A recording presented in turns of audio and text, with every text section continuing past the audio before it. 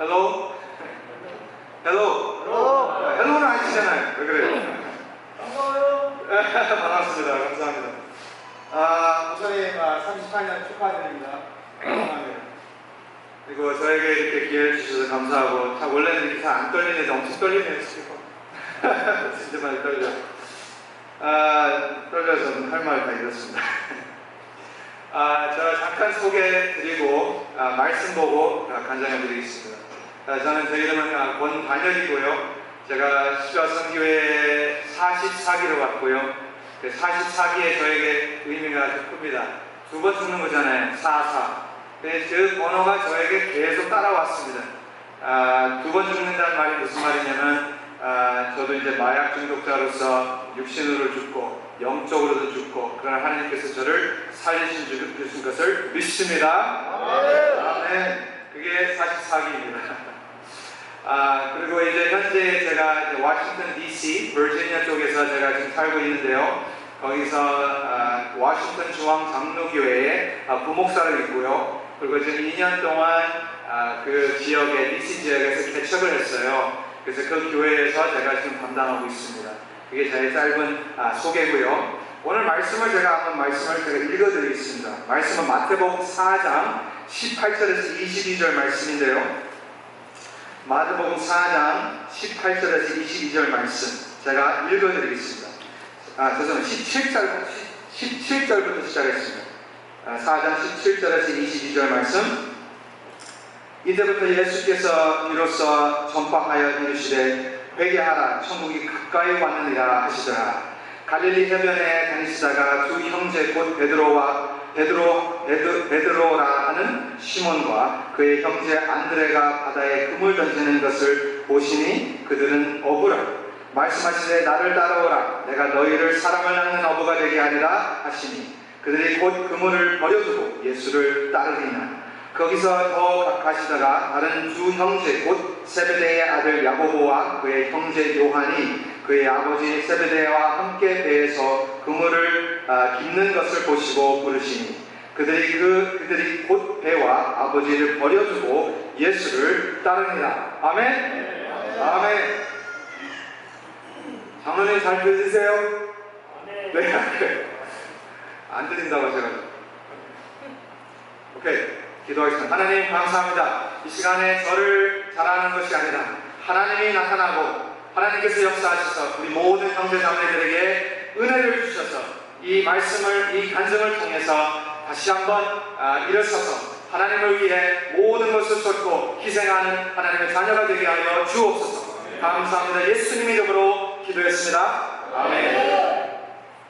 네, 저는 한국에서 태어났습니다. 예, 그리고 제가 8개월 때 한 살 전 해가지고 부모님과 함께 미국 시카고로 이민을 했어요.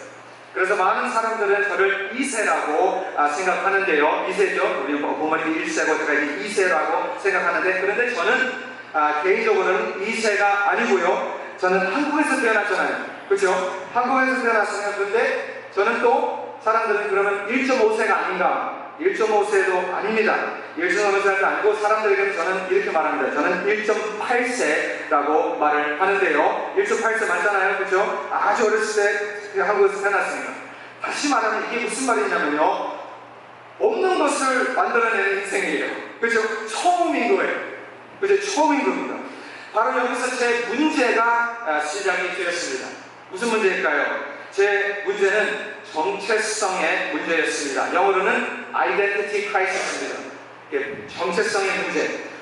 문제는 미국에서 아무리 오래 살고 또는 아무리 영어를 잘해도 미국 사람들은 저를 보면 항상 묻는 것이 있습니다. 어디서 왔어요? 라고 물어요. 어디서 왔어요? 이 질문은 내가 어떤 주에 왔냐고 물어보는 것이 아니고요. 미국의 어떤 시를 묻는 것이 아닙니다. 어느 나라, 국적 또는 종족을 모르는 것입니다. 그러니까 다시 말하면 미국인들이 저를 한국인으로 보는 것이에요. 그러니까 미국인으로 보는 것이 아니라 동양인으로 보는 것입니다. 제가 청소년 때에 여름방학을 위해 한국을 올 기회가 있었습니다. 그런데 놀랍게도 제가 아무리 완전 토종 한국 사람처럼 생겼잖아요. 그죠? 한국 사람처럼 생겼는데 한국에 있는 한국 사람들은 저를 한국 사람으로 보지 않습니다. 저를 미국인으로 봐요. 미국에서는 한국인, 한국에서는 미국인. 이게 밀당도 아니고요. 그죠? 이것은 사실은 버림받은 사람처럼 여기도 내 집이 아니고 저기도 내 집이 아닌 거죠. 어디에 속한 것이 모르는 거예요. 이것이 바로 제 딜레마였습니다. 난 누구지? Who am I? 난 누구지? 제 전체성 문제 때문에 저는 항상 뭔가가 어색했어요. 어색했고 뭔가가 안 맞는 느낌이었습니다. 미국에서 아무리 오래 살았어도 뭔가가 안 맞는 거예요. 한국에서 한 거의 10년 살았어도 뭐가 안 맞는 겁니다. 그래서 21살 때에 마약 문제로 한국으로 왔고 세계 십자가 선교회로 온 것입니다. 근데 지금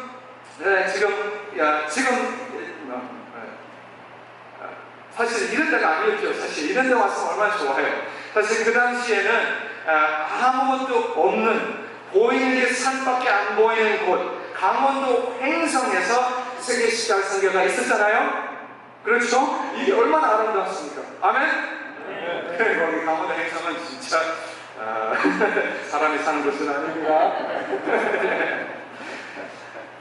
그런데 바로 거기 있으면서 하나님의 말씀으로 또는 기도로 저는 예수님을 인격적으로 만나게 되었습니다. 할렐루야. 네, 아멘이죠. 제가 예수님을 만나니까 놀라운 것을 깨닫게 되었습니다. 깨달은 것은 제가 한국인이 아니었어요. 미국인도 아니었습니다. 우리가 예수님을 만나면 하나님의 자녀가 되신 줄 믿습니다. 우리가 하나님의 자녀입니다. 하나님의 아들이라는 것을 깨닫게 되었어요. 우리가 하나님의 자녀라면 우리 하나님은 창조자이시고 하나님은 왕의 왕, 주의 주이시잖아요. 그렇다면 우리가 어디에 있든지 미국에 있든 한국에 있든 아프리카에 가 있든 우리는 아버지의 집에 있는 줄 믿습니다. 아멘. 마태복음 4장 같이 읽었습니다. 같이 보시면 예수님께서 어부들에게 말씀하십니다. 나를 따르라. 우리 이번 목사님께서도 따르라 말씀하셨잖아요. 나를 따르라. 그리고 뭐라고 하시죠? 너를 사람을 낚는 어부가 되게 하신다고 말씀하셨습니다.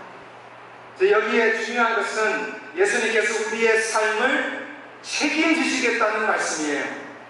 책임지시겠다고. 다시 말하면 내가 내 삶을 책임지는 것이 아니라 내가 내 인생을 만들어 나아가는 것이 아니라 예수님께서 우리의 삶을 만드시고 예수님께서 우리의 삶을 인도하시고 우리를 책임지신다는 것을 믿으시길 바랍니다. 네, 우리가 사는 이 세상에 예수님을 모르는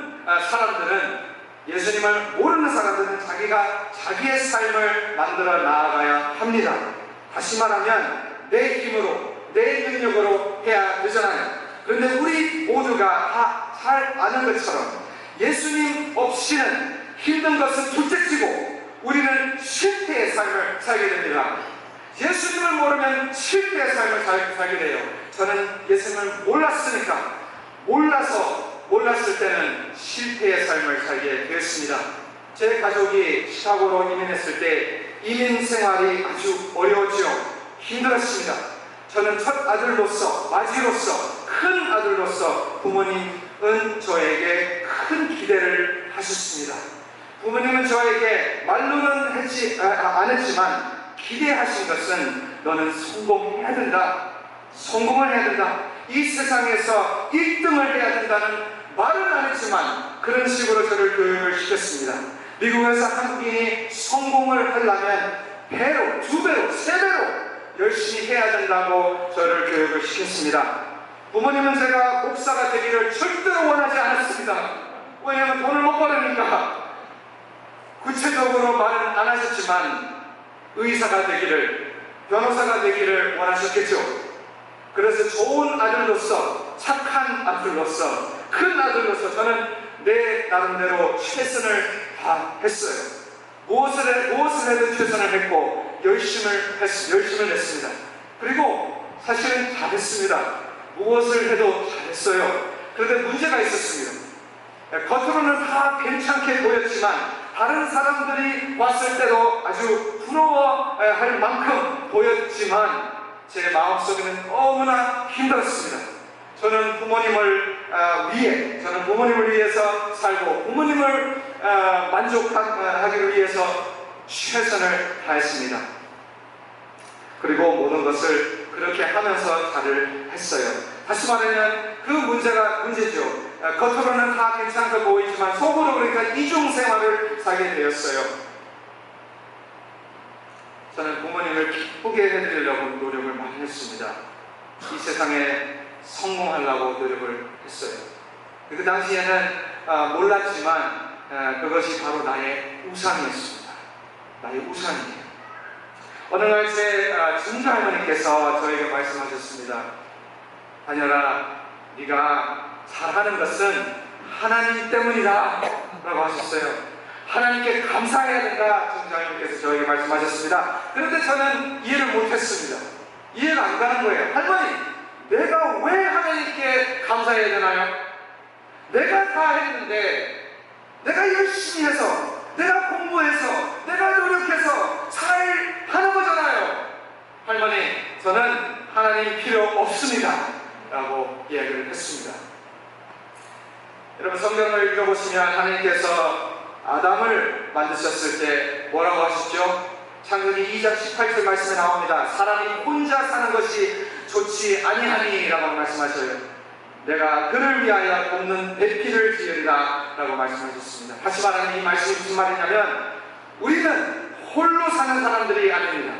우리가 부모에게서 독립을 한다고 하지만 인디펜던트로 살다고 하지만 사실은 독립이라는 것은 없습니다. 없어요. 우리가 부모에게 의지하다가 계속 죽을 때까지 우리는 의지의 삶을 살게 됩니다. 그렇죠? 의지의 삶을 살게 돼요. 이것을 또 다시 말한다면 하나님께 의지하지 않으면 사탄에게 의지하는 것입니다. 하나님께 의지하지 않으면 사탄에게 의지하는 것이지 중간이 없습니다. 믿으시길 바랍니다. 그리고 놀라운 것은 우리가 의지하게 되면 뭔가에 의지하게 되면 어떻게 되냐면 그 의지하는 그것에 닮아가는 것이 사실입니다. 제가 고등학생 그때였을 때에 좀 안 좋은 친구들을 만나게 되었습니다. 그들과 함께 같이 지냈어요. 그들이 갱이었습니다. 그래서 저도 그 갱 안에 들어가게 되었습니다. 그 갱 멤버들에게 의지하게 되었습니다. 그러다 보니까 같이 의지하게 되니까 나도 모르게 아주 자연스럽게 저도 그들이 하는 모든 것을 닮아가고 따라가는 삶을 살게 되었습니다. 저는 여기서 정체성을 찾았다고 생각했어요. 내 자신이 바로 이것이다 라고 생각을 했습니다. 이 갱이 나의 친구고 이 갱이 나의 가족이라고 믿었어요. 바로 그때에 절대로 만지면 안 되는 것을 만지게 되었습니다. 마약을 시작하게 되었어요. 그때부터 제가 어머니 아버지의 말을 안 듣기 시작했고 맨날 늦게 집에 들어오고 거의 매일마다 엄마만 보면 맨날 싸우고 그랬어요. 저는 부모님에게 말했습니다. 나는 학교에도 잘하고 성적표 잘 나오고 운동도 열심히 해서 잘하고 있고 주일날 썬데이 때도 교회 잘 나가고 있는데 왜 이렇게 저를 괴롭힙니까? 뭘 더 원해요 엄마? 나를 좀 가만히 두세요 라고 얘기를 했어요. 어머니 아버지는 제가 사춘기 때문에 그렇게 한다고 생각을 하고 있었을 겁니다. 그런데 제 문제는 더 컸어요. 아주 컸습니다. 마약을 하는데 너무 좋은 거예요. 너무 좋은 겁니다. 마약은 다른 친구들하고 같이 대마초도 같이 했고 다 똑같이 했는데 저는 거기서 멈추지 않고 더 센 마약, 더 강한 마약을 찾고 다녔습니다. 그래서 대학을 그래도 특에서 들어갔고 근데 대학교 가서 집에서 좀 멀리 한 2-3시간 떨어져 있는 학교를 갔는데 저는 그때부터 마약이 너무 좋아서 친구들까지도 게임들도 다 내려놓고 가족도 끊어버리고 그리고 마약만 만족을 나는 그 삶을 살고 있었어요. 사실 마약에 너무 좋아서 학교도 마지막 학기 남고 제가 학교도 포기하고 내가 그렇게 잘하는 대표 선수까지 나갔던 그 유도도 제가 그거를 포기하게 됐어요. 오직 마약만 하고 싶다는 마음이었습니다. 많은 여기 형제님들을 이해하실 겁니다. 저는 바로 그때에 나도 모르게 마약 중독이 되었어요. 그래서 그때까지 내가 내 힘으로, 내 방법대로, 내 생각대로 해왔던 것은 모두 다 실패하게 되었습니다. 다 잃었어요. 돈도 없고 집으로 돌아가지도 못하고 창피해서. 그래서 그때 길거리에서 노숙을 하게 되었어요. 지나가는 사람에게 다 돈 달라고 그러고 있었고, 그 작은 모은 돈을 갖고 먹어야 되는데 살이 계속 빠져나가는데 먹는 것이 아니라 마약을 넣으려고 마약을 사고 그런 삶을 계속 살아갔어요. 마약이 나의 하나님, 마약이 나의 우상이 되었습니다. 저는 마약만 있으면 행복했다고, 마약만 있으면 나는 즐겁게 살 수 있다고 생각했어요. 예수님께서 이 땅에 사셨을 때에 많은 아이들이 꿈을 꾸는 그 꿈은 뭐였냐면 랍비가 되는 것을 꿈을 꿨습니다. 랍비가 뭔지 아시죠? 유대인 스승이잖아요. 랍비가 되는 것이 아주 일리트의 그 직업입니다. 그래서 학교에서 공부를 탁월하게 잘한다면, 그 유대인들이 잘한다면 한 랍비를 찾아갑니다. 학생이, 탁월한 학생이 찾아가서 랍비 선생님, 저를 제자로 받아 주십시오라고 학생이 찾아가서 묻습니다. 다시 말하면 이게 무슨 말이에요? 랍비가 학생에게 절대로 찾아가서 제자로 만들지 않습니다. 랍비는 절대로 가지 않아요. 한국 전통, 한국 문화도 똑같잖아요. 학생이 교수님을 찾아가죠. 교수님이 학생을 찾아가지 않습니다. 그래도 오늘 말씀 한번 보세요. 오늘 말씀 마태복음 4장 보시면 예수님께서 아주 놀라운 말도 안 되는 행동을 하고 계십니다. 예수님께서 랍비로 알려진 예수님이 그 갈릴리 바다 그 해변을 걸어가시면서 뭘 하셨어요? 그 공부도 제대로 못했던 그 어부들에게 뭐라고 하셨습니까? 나를 따르라 라고 하셨습니다. 할렐루야. 네, 이것이 놀라운 것이에요. 그들은 엘리트 아니었습니다. 엘리트 아니에요. 그들은 탁월하지 않았습니다. 특별하지 않았어요. 그러나 우리 예수님은 그들에게 나를 따르라 라고 하셨습니다. 그 어부들은 그 당시에는 몰랐지만 오늘날 우리는 잘 알잖아요. 너무나 잘 알잖아요. 우리 예수님은 그냥 랍비들 중 한 랍비가 아니잖아요. 우리 예수님은 전지전능하신 하나님이신 줄 믿습니다. 바로 그 하나님이 나 같은 지극히 작은 자, 나 같은 죄인 중에 죄인을 불러주신 것을 믿습니다. 모든 종교는 신을 찾아가지만 우리 살아계신 하나님은 우리에게 찾아오십니다. 우리에게 찾아오신 것을 믿습니다. 모든 종교는 그렇잖아요. 우리 하나님은 우리를 찾아오셔요. 그리고 나를 따르라 라고 하십니다. 이게 말이 되나요? 이게 말이 돼요? 말이 안 되잖아요. 예수님이 나를 찾지 않으면, 예수님이 나를 찾지 않으면 우리가 어떻게 하나님을 찾아가요? 어떻게 하나님을 찾아가요? 어떻게 나 같은 죄인이 하늘에 계신 그 거룩하신 하나님을 찾을 수가 있을까요? 못 찾죠. 그러나 하나님은 이 세상을 이처럼 사랑하사 독생자 예수 그리스도를 보내셨으니 그를 믿는 자마다 멸망하지 않고 영생을 얻게 하려 하신 줄 믿습니다. 요한복음 3장 16절 말씀이죠. 우리 예수님은 저를 찾으셨습니다.